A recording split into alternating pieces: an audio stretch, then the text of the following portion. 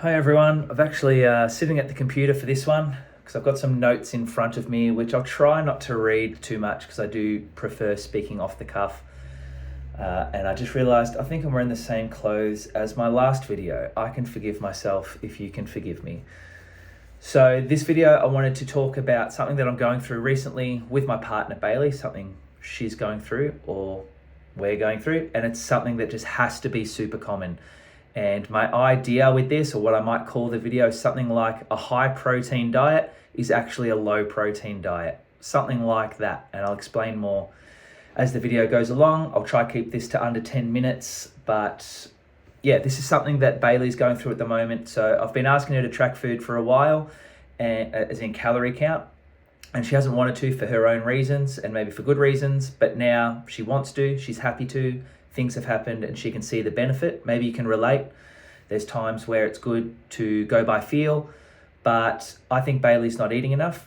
I've told her I don't think she's eating enough. She's tracked and we've deduced that she's not eating enough. And also had some blood tests that I think her markers can be helped through eating more, and in particular, eating more carbs. And I think you watching this video can also do the same thing without even knowing your backstory, because we live in a protein-centric world, a muscle-centric world, where it's all that's really talked about and prioritized. And I believe things have swung too far in that direction.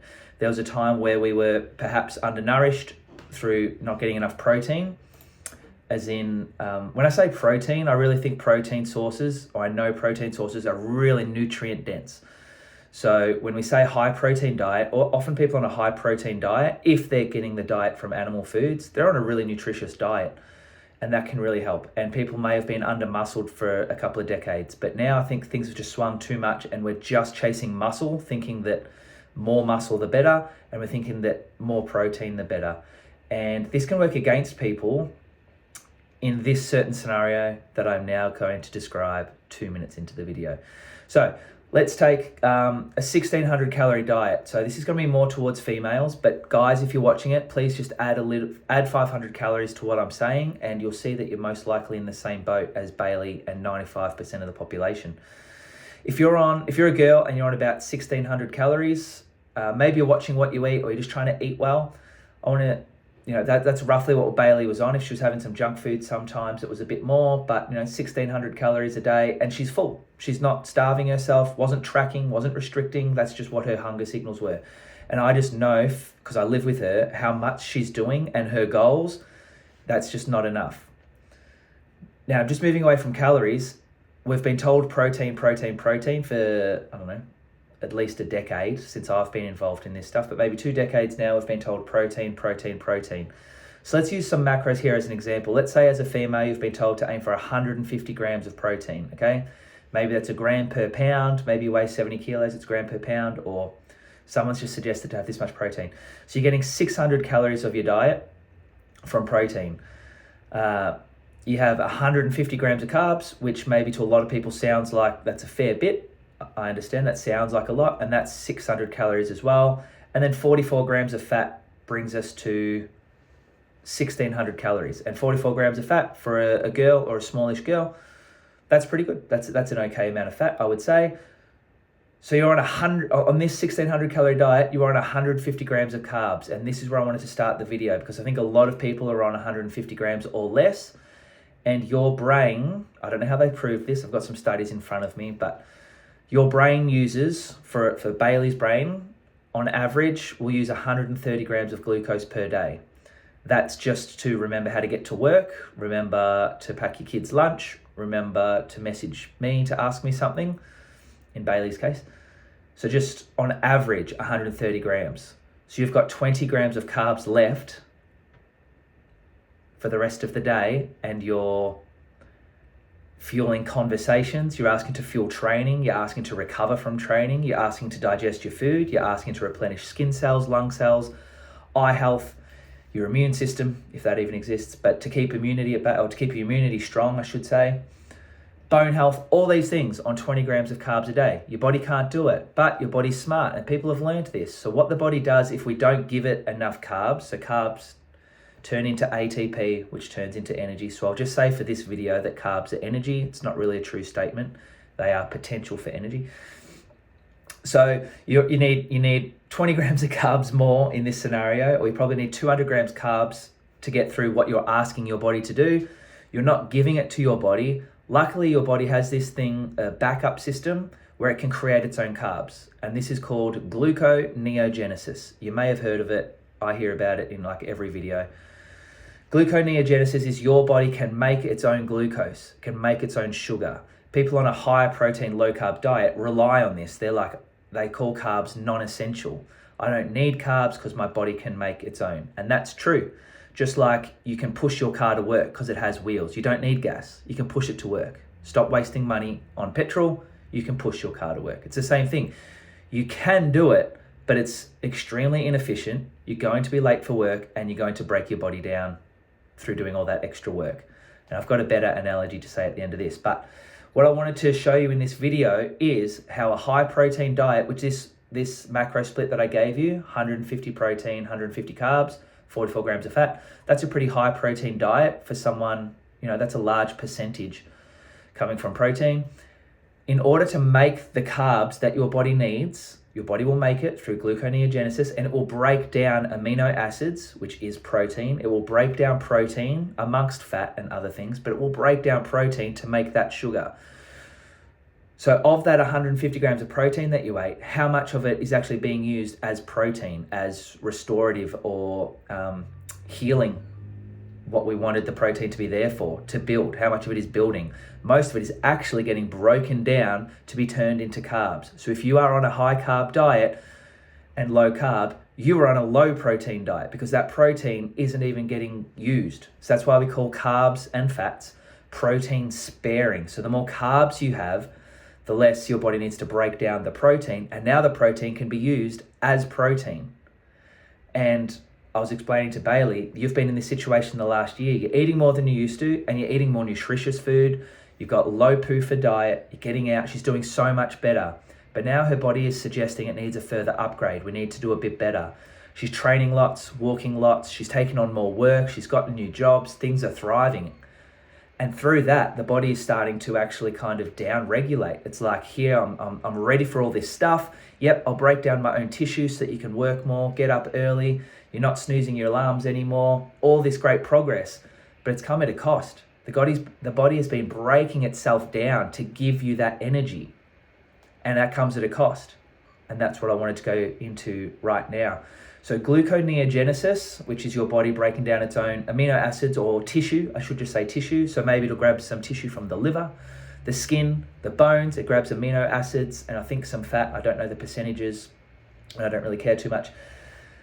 Gluconeogenesis, I tried to actually do some research on it.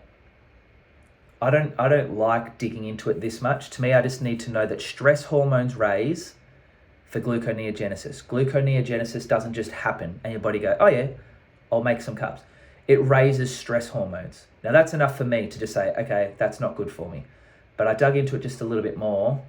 So cortisol, oh no, I've lost it. No, I haven't. Cortisol is raised. There's 3 that it's listed for me, and then I found some other videos discussing it. Cortisol, glucagon, and adrenaline are all raised. I don't know the percentages. I don't care too much. They are all raised. Adrenaline, so the fight or flight hormone, is raised in order to do it. Glucagon. Now, glucagon is a stress hormone, and people with higher fasting glucagon levels, or the inability to get rid of glucagon in their blood, are at higher risk of diabetes and insulin resistance. So a low carb, high protein diet is linked to insulin resistance and diabetes. Okay, so it's not the carbs causing diabetes. And cortisol, does it say anything? Yes, fasting is cortisol. They stimulate the liver to produce more glucose from non-carb sources. Okay, carbs aren't non-essential. Just because your body can make it doesn't mean it's non-essential. It is so essential to have carbohydrates that your body will break itself down in times of starvation or stress. And it's good that those things are there to be able to do that for us, but people are doing this chronically. 150 grams of carbs a day is 0 carbs for extra energy. That's not enough to think and talk. That's not even enough to be able to understand what I'm talking about here, probably. You're probably like, what? So your body's going to raise these stress hormones, which stop sugar from working as well as they can anyway. it's just this whole cascade of not goodness, guys. So even a high protein diet with all those nutrients, especially if you're getting it from red meat and eggs and dairy, if you're tolerating it at the moment, all this stuff, all this great, you're getting enough, vitamins and minerals, and then it's kind of being wasted because the protein's been broken down to create sugar. Guys, give your body sugar, give your body energy or potential for energy. So I've been eating 100 grams, sometimes I have more, but I have like 100 grams of protein some days. Yesterday I think it was 80, some days are 150. I enjoy some chicken wings. But chasing a high protein diet when you're already on pretty low calories is a low protein diet. And I agree, a high protein diet is great. But if you have adequate carbs, which I'll chat about, I might make a new video. Next video, guys, I'll chat about some numbers that I'd suggest for Bailey, or if you're relating to this video and those numbers for you to chase. The analogy that I came up with while driving and thinking of this video is you're trying to build a house. Your body is a house and you're the owner, and you need some help from food or a coach or something like that. You need some help, so you employ a builder to build the house for you. And you start off, you give them $1,000 and they build a couple of rooms of the house, but then you're out of money, which is calories in this analogy. So you say to the builder, hey, I can't pay you in dollars, but you're a builder and you need bricks. How about I give you some bricks and then you build my house for me? So you give the builder some bricks and they build a third room, and now you're out of bricks again and money. And you say, why don't you take the bricks from the lounge room to build my bedroom? And in this analogy, the builder is also dumb and they go, that makes sense because then you'll have a bedroom. So they break down the lounge room, they take all the bricks out and they build a new room. And then you're like, hang on. I stuffed up. We still only got 3 rooms. Take the bedroom down, build the lounge room again. I need that lounge room. And you just go back and forth, breaking down the house in order to get this next thing. I think it's a pretty good analogy. It's not perfect, but that's what you're doing when you're on a low carb diet. And I just need you to know that a low carb diet to me is anything below 200 grams, because they figured out that the brain on average, this is an average person who's stupid, but an average person is using 130 grams of glucose a day just for their brain. And it's depending on size and your job and stuff like that. But that doesn't go into your red blood cells, your muscles, the immune system, which I mentioned before, or fighting immunity, or staying strong and staying healthy. Your gut, your heart, your liver, your kidneys, all this stuff uses energy to move. Although at the moment I'm predominantly using fat for energy, it's still, everything needs energy. And if you're on 200 grams or less, you're on a low carb diet, and therefore a low protein diet, because yes, you're just depleting yourself of everything. It's just low everything. I'll make a video coming up. I've gone 13 minutes. I've stuffed up here, but I just wanted to make this video. I hope the analogy kind of hit home a little bit. A high protein diet is a low protein diet if you're on low calories and low carbs. So let me know if you found this helpful. I'll make another video right now. I'll upload this one, delete it off my phone because I need the storage. Let me know if that helped at all, or if there's anything that I missed. I think it kind of stuffed me up having notes in front of me. It's kind of helpful, but I prefer to speaking off the cuff. If you don't understand what I'm saying, maybe I'm an idiot, maybe I'm talking fast, or maybe you need more sugar. Think about it.